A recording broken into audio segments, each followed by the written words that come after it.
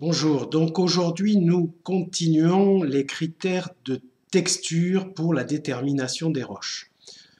Est-ce vraiment un critère de texture dont je vais vous parler aujourd'hui? On peut en discuter, mais en tout cas c'est un indice très très fort qui nous révèle le fait que la roche s'est réalisée dans un contexte sédimentaire. Je veux parler de la présence de fossiles.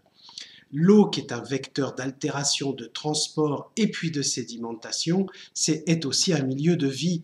Et il y a beaucoup d'organismes, évidemment, qui vivent dans l'eau, que ce soit dans la mer, que ce soit dans les lacs, et qui en plus s'emparent des éléments en solution pour fabriquer tests et coquilles, qui, lorsqu'ils vont mourir, vont s'accumuler dans les sédiments et on va en retrouver la trace.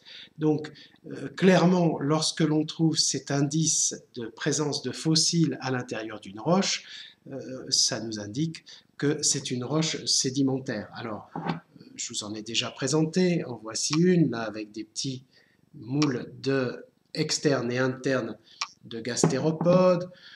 Dans les calcaires et dans les marnes du Jurassique, on va trouver ces petites bestioles-là qu'on appelle ammonites.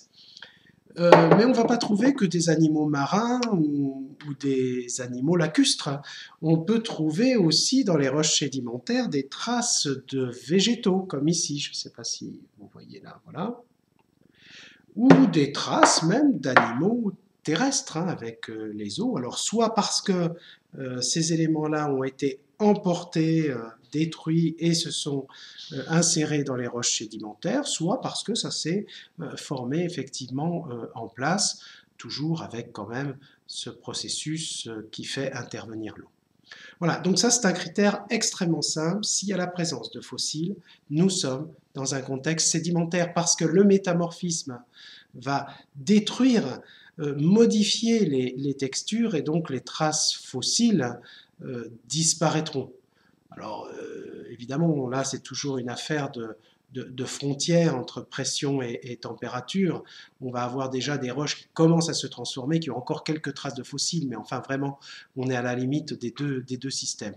Quant aux roches magmatiques, là on est sur la fusion, pas de fossiles possibles. Voilà, on s'en arrête là et on verra le dernier critère la prochaine fois.